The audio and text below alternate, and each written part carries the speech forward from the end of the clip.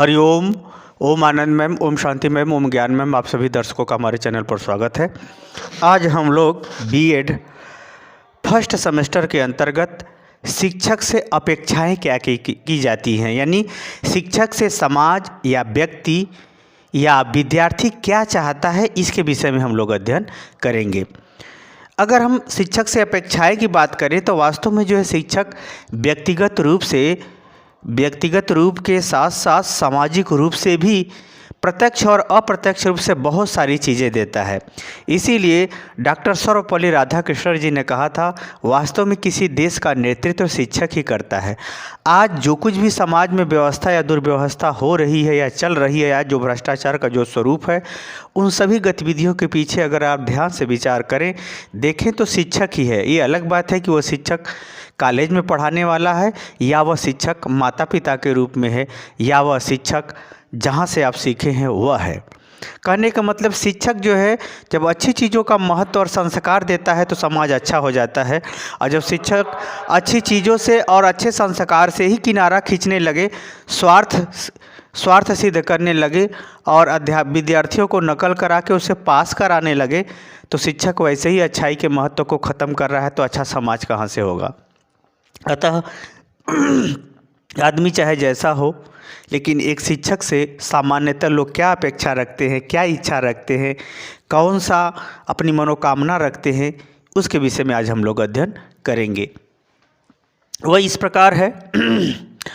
अगर शिक्षक से हम अपेक्षाएं क्या रखते हैं तो महत्वपूर्ण बात है कि वह स्वाभाविक रूप से शिक्षण, यानी कोई भी शिक्षक हो, चाहे जिस कक्षा को पढ़ाता हो, चाहे जिस स्तर पर वह अध्ययन या अध्यापन का कार्य करता हो, उससे सबकी, विद्यार्थी से लेकर समाज तक की सबसे पहली अपेक्षा यही है कि वह शिक्षण कार्य प्रेम से करता हो, शिक्षण कार्य में वह रुचि लेता हो और बड़े तन्मयता यानी बड़े आत्मीयता के साथ शिक्षण कार्य करता हो, और विषय के प्रति वह अपना व्यवस्थित ज्ञान रखता हो, तब न शिक्षण का कार्य अच्छा से करेगा।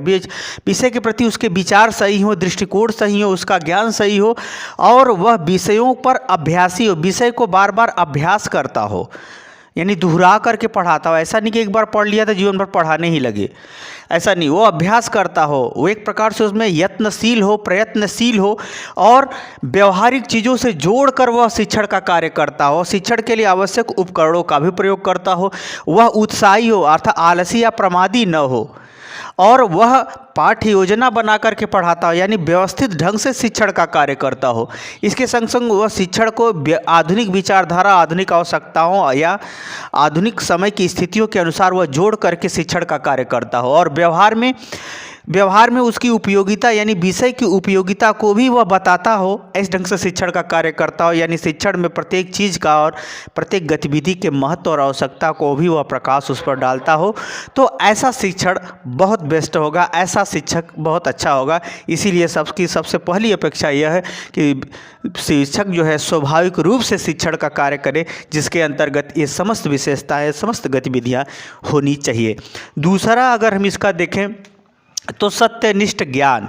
यह सत्यनिष्ठ ज्ञान का मतलब है उसका ज्ञान जो है सत्य पर आधारित हो। सत्य का अर्थ ये होता है जो भूत, वर्तमान और भविष्य तीनों में सही हो, या समय के अनुसार वह सही बात हो, समय के अनुसार वह आधारभूत हो, तर्क युक्त हो, न्याय युक्त हो, और उसमें धर्म का मतलब होता है उचित, देश काल वातावरण के अनुसार उचित व्यवहार, धर्म, उचित कर्तव्य को पहचानना धर्म कहलाता है।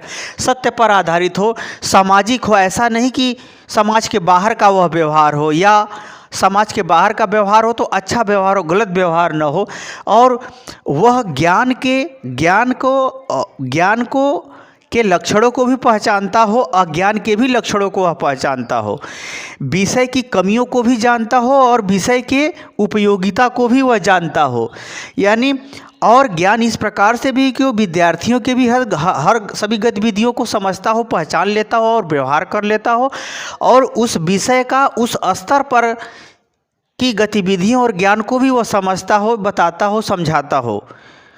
तो ऐसा ज्ञान होना चाहिए, यानी अध्यापक का ज्ञान सत्य पर आधारित होना चाहिए, सत्यनिष्ठ होना चाहिए। ये सब सत्यनिष्ठ की ही बातें बताई गई हैं। मुझे उम्मीद है कि आप समझ गए होंगे सत्यनिष्ठ होता क्या है एक अध्यापक के दृष्टिकोण से। यदि समझ गए तो चैनल को लाइक, शेयर, सब्सक्राइब भी करते रहिए।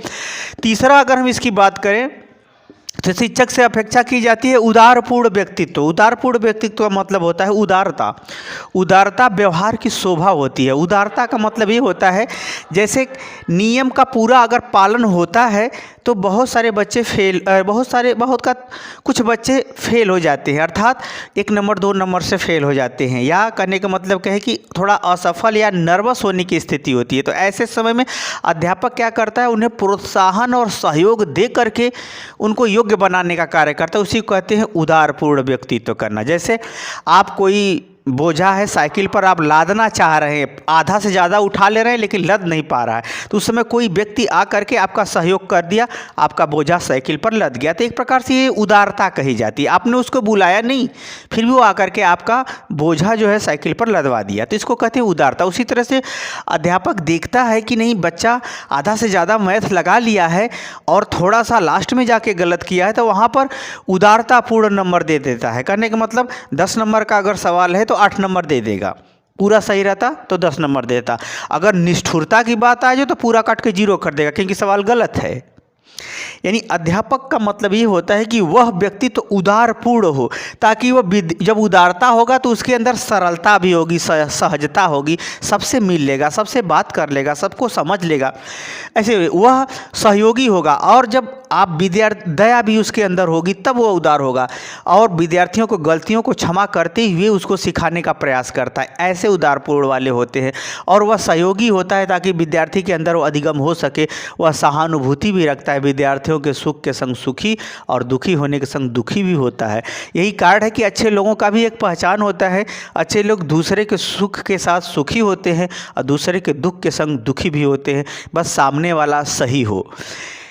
कहने का हमारा मतलब यह है कि यह सहानुभूति और विद्यार्थियों के संग मित्रवत व्यवहार करने वाला होना चाहिए, तब यह सब उदारता के व्यक्तित्व उसके अंदर दिखता है। क्योंकि जब तक गुरु अपने दूसरे शिष्य को या दूसरे के बालक को अपना नहीं मानेगा तब तक उसके अंदर उदारतापूर्ण सहयोगात्मक प्रवृत्ति नहीं होती। अर्थात अध्यापक को उदारपूर्ण व्यक्तित्व वाला होना चाहिए ताकि वह प्रत्येक परिस्थिति में, प्रत्येक व्यवहार में, प्रत्येक उदारपूर्ण गतिविधियों में वह विद्यार्थियों को सिखा सके। तो यानी अध्यापक उदारपूर्ण होना चाहिए। अगर हम इसकी बात करें, चौथे की बात करें, संवेगात्मक स्थिरता। संवेग बहुत बड़ी चीज़ होती है। संवेदनाएं जो सहज ही प्रकृति रूप से प्राप्त होती है, जैसे सुख दुख होना, हंसना रोना, गाना, नाचना। एक प्रकार से नाचना तो नहीं कह सकते हैं, एक प्रकार से हम कह सकते हैं कि क्रोध, घमंड, ईर्ष्या, सुख दुख इत्यादि जो है संवेगात्मक गतिविधियां होती है। ये समस्त जो संवेगात्मक गतिविधियां होती हैं, इन संवेगात्मक गतिविधियों में अध्यापक क्या हो, अपने आप को नियंत्रित करने वाला हो। ऐसा ना हो कि भावना में इतना अधिक बह जाए या इतना अधिक आगे निकल जाए कि भावना में जाकर के वो गलत कार्य कर दे या गलत डिसीजन ले ले या गलत जानकारी बच्चों को दे दे। तो ऐसा ना होना चाहिए। भावनात्मक रूप से उसके अंदर स्थिरता रहेगी तब वह आत्मनियंत्रण कर सकेगा, तब वह विद्यार्थी या विभिन्न गतिविधियों को वह एकदम स्पष्ट रूप से न्याययुक्त व्यवहार कर सकेगा, पहचान सकेगा, जिसके कारण से और इसको जब संवेगों पर उसका नियंत्रण होता है तब वो अच्छे संवेगों को भी बढ़ाने का प्रयास करता है। अच्छे संवेग का मतलब ये होता है जैसे प्रेम करना, सम्मान देना, आदर देना, उदारता, क्षमा, दया और एक प्रकार से ये सभी जो संवेग हैं, अच्छे संवेगों को बढ़ाने का वो कार्य करने वाला हो। और शांत व गंभीर भी हो, शांत और गंभीर हो और अच्छे कार्यों के लिए अपने भावनाओं के सुख दुख को छिपा करके भी वह अच्छे कार्यों को करने में तत्पर हो। ये संवेगात्मक नियंत्रण का स्वरूप होता है। इस प्रकार से वह साहसी हो और बार बार प्रयत्न करता हो, जैसे क्योंकि जो सुख दुख को सहन कर जाएगा वह बार बार अभ्यास करके भूलती हुई चीज़ को याद कर सकता है या याद करा सकता है। तो ऐसे स्वभाव का होना चाहिए अध्यापक को। ऐसी अपेक्षाएं की जाती है कि वह संवेगात्मक रूप से नियंत्रण करते हुए सदैव प्रयत्नशील और लगनशील होते हुए स्वयं भी सीखे, विद्यार्थियों को भी सिखाए। ऐसा होना चाहिए अध्यापक। अगर हम इस 5वें की बात करें तो धार्मिक एवं नैतिक व्यवहार। धर्म का मतलब होता है देश काल वातावरण परिस्थिति के अनुसार जो उचित कर्तव्यों को कर्तव्यों का बोध कराए और कर्तव्यों को सुव्यवस्थित क्रम ढंग से करना भी बताए, उसे हम धर्म कहते हैं। तो ये जो धार्मिकता होती है बहुत महत्वपूर्ण चीज़ होती है। जो अन्य धर्मों की बात आती है ये सब अपने अपने संप्रदाय के अनुसार बाहरी क्रियाकलाप में अंतर है, लेकिन मूल में किसी धर्म में कोई अंतर नहीं, क्योंकि सभी धर्म व्यक्तित्व मानव के कर्तव्यों का बोध कराते हुए उत्तरोत्तर विकास करते हुए मानवीय और आध्यात्मिक गुणों का विकास करते हैं।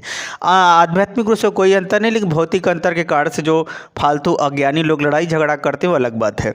तो यहाँ अध्यापक को धार्मिक होना चाहिए, नैतिक यानी नीति युक्त, अनुशासन युक्त, नियम युक्त क्रिया करने वाला होना चाहिए, ताकि वो अपनी दिनचर्या को भी संयमित और नियमित होकर के जी सके, ताकि उससे एक प्रेरणा मिल सके और वह संबंधों के महत्व को समझता हो और संबंध उसके अच्छे हों, पवित्र हो। उसके संग संग वह अच्छे कार्यों को करे, अच्छे विचार भावनाओं का भी वह प्रचार प्रसार करे, बताए और समाज में विभिन्न क्षेत्रों में जो आदर्श रूपी महान व्यक्तित्व हैं उनके अनुसार भी, उनके जैसा भी या उनसे मिलता जुलता भी उसका व्यवहार हो और समाज के मूल्य और महत्वों को धार्मिक और नैतिक दृष्टिकोण से भी बताता रहे। अनुशासन प्रिय हो और विषय को भी वह जो है विषय का जो उत्तम स्वरूप हो, समाज का जो उत्तम व्यक्तित्व हो या उत्तम व्यवहार हो उसको भी बताता रहे। ऐसा अध्यापक का व्यवहार धार्मिक और नैतिक दृष्टिकोण से होना चाहिए और समाज में भी जो आदर्श रीति रिवाज परंपरा जो कुछ भी है उसके अनुसार वो धार्मिक और नैतिक व्यवस्थित दृष्टिकोण को भी समझाता बताता है। ऐसा अध्यापक का कैसे अपेक्षाएं की जाती है। छठा की अगर हम बात करें तो सामाजिकता एवं राष्ट्रीयता। सामाजिकता का यहाँ तात्पर्य होता है समाज में जो रहने वाले लोग हैं उनके अनुसार व्यवहार करना, परंतु सिर्फ व्यवहार ही करना नहीं, समय के अनुसार समाज का स्वरूप और आवश्यकता भी बदलती है, तो समाज के परिवर्तन और आवश्यकता के अनुसार भी वह व्यवहार अच्छे ढंग से करे और समाज में जो अच्छे मूल्य हैं, आदर्श है, जो महत्व है, परंपरा है, रीति रिवाज है, धार्मिक कर्तव्य है, उसका भी वह निर्वहन करता रहे, ताकि वो एक सामाजिक प्राणी के रूप में उसकी प्रतिष्ठा और व्यवहार, उसका मान मर्यादा, पहचान बनी रहे। दूसरी बात राष्ट्रीयता की अगर हम बात करें तो अपने देश में जो संविधान है जिसके अंतर्गत समानता, स्वतंत्रता और राष्ट्र की अखंडता, एकता इत्यादि संबंधी गतिविधियों को भी बताते रहे। साथ में अपने देश के संग दूसरे देशों के साथ संबंधों और उनकी गतिविधियों, राष्ट्र की सुरक्षा, व्यापारिक गतिविधि, आर्थिक गतिविधि, विश्व में प्राकृतिक गतिविधि, परिवर्तन की गतिविधि इत्यादि सभी चीज़ों को वह जो है अपने ज्ञान के माध्यम से, अपने व्यवहार के माध्यम से लोगों को ज्ञान देता रहे, समझाता रहे, बताता रहे, ताकि समय के साथ लोग अपनी आवश्यकता, अपनी प्रतिस्पर्धा, अपनी योग्यता, क्षमता का विकास करते हुए समय के संग उचित समायोजन और उचित ढंग से व्यक्तित्व का विकास कर सके। इस प्रकार वैसे तो बहुत सारी अपेक्षाएं शिक्षक से की जाती हैं। इन सब अपेक्षाओं के माध्यम से शिक्षक क्या करेगा, बालक के व्यक्तित्व का व्यवस्थित विकास करते हुए राष्ट्र के नव निर्माण में और राष्ट्र के विकास में, राष्ट्र के आधुनिक समय की चुनौतियों के अनुसार तैयार करने में काफ़ी सहयोग देगा। इसलिए जो महत्वपूर्ण जो है अपेक्षाएं हैं मैंने आपको बता दिया। इन सभी अपेक्षाओं का एक ही मतलब है, एक ही आधार है कि बालक के व्यक्तित्व का विकास समाज और राष्ट्र के अनुरूप हो सके, जो समय की चुनौतियों को स्वीकार करते हुए आवश्यकता और कर्तव्यों को पूरा कर सके। मुझे उम्मीद है कि मेरा व्याख्यान आप समझ गए होंगे। समझ गए तो कमेंट बॉक्स में ज़रूर बताइए। साथ ही मेरे चैनल को लाइक शेयर सब्सक्राइब भी कीजिए। आज के लिए इतना ही।